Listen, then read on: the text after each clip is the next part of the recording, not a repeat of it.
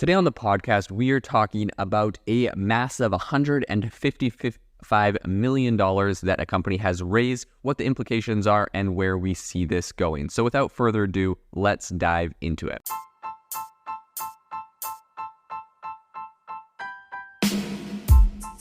Welcome to the AI Chat Podcast. I'm your host, Jaden Schaefer.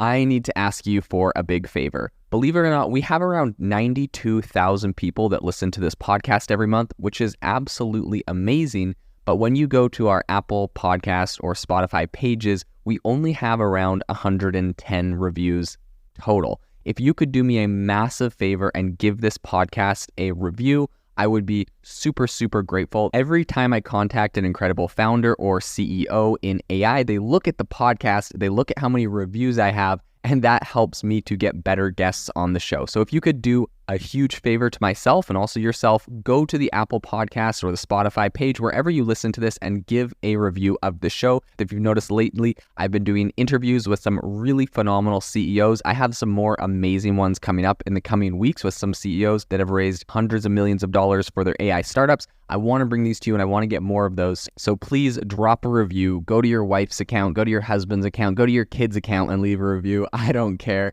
Help us get more reviews, and I promise I will help bring some amazing AI entrepreneurs and guests onto the show. Have you ever wanted to start your own podcast? I record and publish podcasts on a platform called Spotify for Podcasters, and I absolutely love it. Essentially, you can upload from your phone or computer, and it distributes to every platform that plays podcasts. They support video podcasts, and you can make money on the platform with ads or even podcast subscriptions, something that has made my life so much easier as a podcaster. So if you're interested, I highly recommend you give it a try. You can download the Spotify for Podcast app or go to spotify.com/podcasters to get started on your podcast today.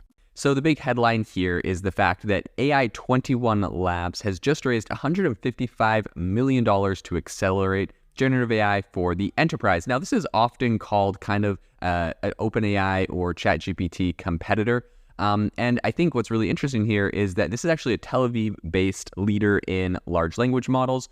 And this is actually their Series C round of funding that they have essentially just closed. So the goal here is really aiming to expedite the growth of their text-based generative AI services for enterprise clients. I think the significant capital injection evaluates the company at around $1.4 billion after the close of this round, which is very impressive. We're not seeing a ton of companies doing this. There are a handful, but they're definitely pushing this, past unicorn status, and they're in the big leagues now.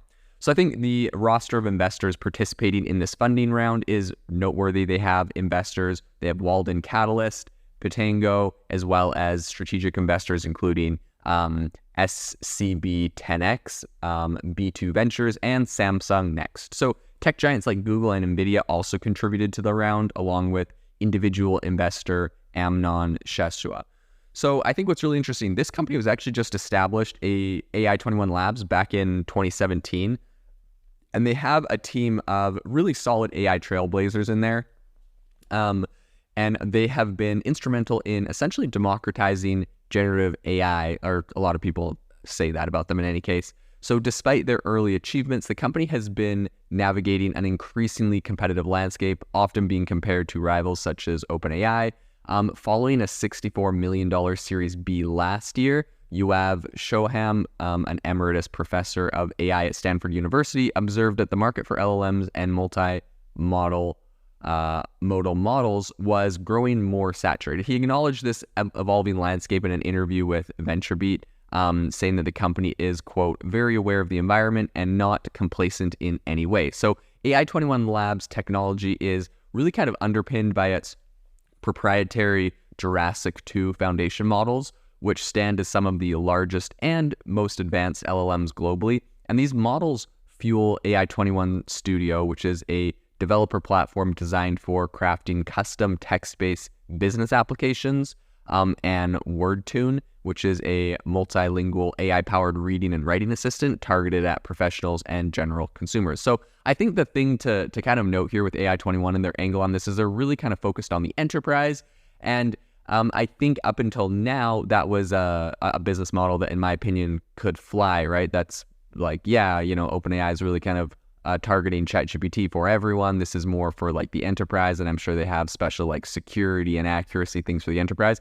But I think now with OpenAI kind of pivoting a little bit and making a lot more enterprise products, specifically ChatGPT Enterprise, I've seen a ton of excitement, enthusiasm, and interest from enterprises in getting that integrated. I'm sure that AI21 is facing a lot more competition right now. It's something that I think is really interesting, and I know everyone has different approaches to business, but one thing I've seen OpenAI do successfully, I've seen other companies like Canva do it, is they essentially focus on the masses first. If you can get mass market adoption with something, it makes it a lot easier to move to the enterprise, because as some tweets that I was recently seeing from people talking about ChatGPT Enterprise said, they were essentially like tallying up how many people in their company were already using ChatGPT. They're like, yeah, we already have, 20 people that are personally paying for ChatGPT in our company. Let's just get, ChatGPT Enterprise. We get more security, and then we don't have to make our employees pay for a software that they're using for work. And plus then we can have it kind of secure. We're not worried about any company data leaking, yada, yada.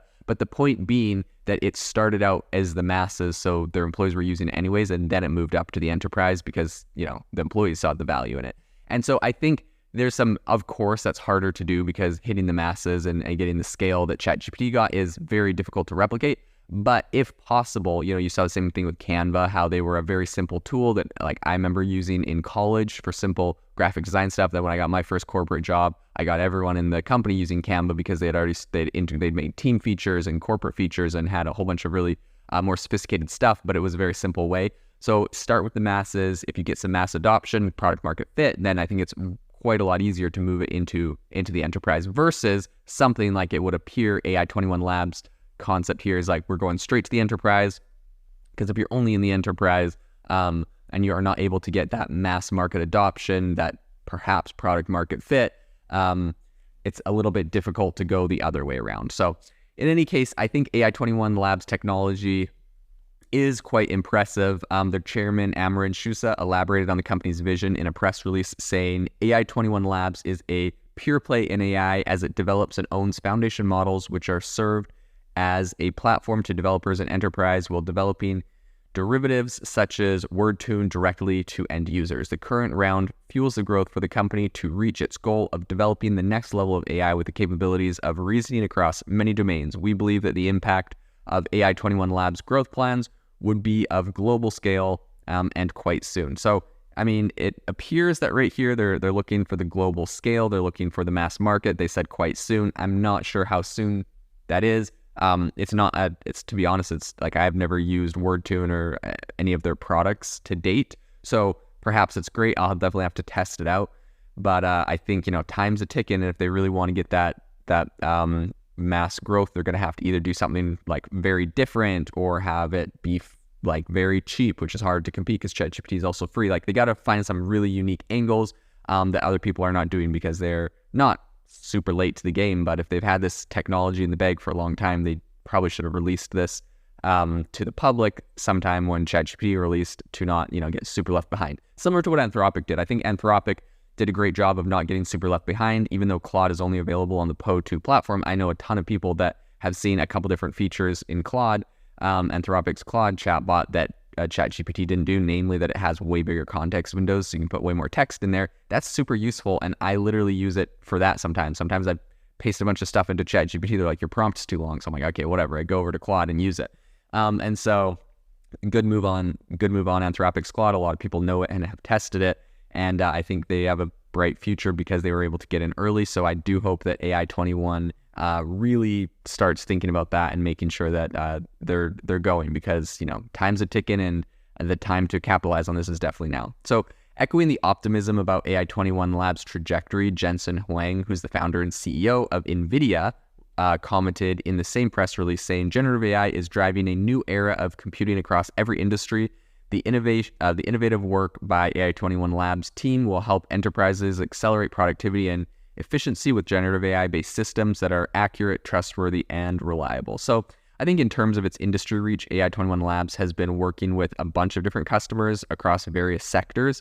So they have Carrefour, Clairvat, eBay, Guesty, Monday.com, Ubisoft. And so I think, the company's recently has kind of earned a spot on the inaugural CB Insight Gen AI 50 list, which is, recognizing its impact on general intelligence or artificial intelligence. So I think it's going to be interesting to see where they go. I've already mentioned my opinion on a lot of it, but I think there's definitely hope for them. I think they just got to start pushing the envelope and get known to more of a broader user base. This episode is brought to you by Shopify. Forget the frustration of picking commerce platforms when you switch your business to Shopify, the global commerce platform that supercharges your selling wherever you sell. With Shopify, you'll harness the same intuitive features, trusted apps, and powerful analytics used by the world's leading brands. Sign up today for your $1 per month trial period at shopify.com/tech, all lowercase. That's shopify.com/tech. TIAA is on a mission. Why? Because 54% of Black Americans don't have enough savings to retire. So in collaboration with big-name artists like Wyclef Jean, TIAA released Paper Right, new music inspiring a new financial future. With 100% of streaming sales going to a nonprofit that teaches students how to invest. Stream Paper Right now and help close the gap.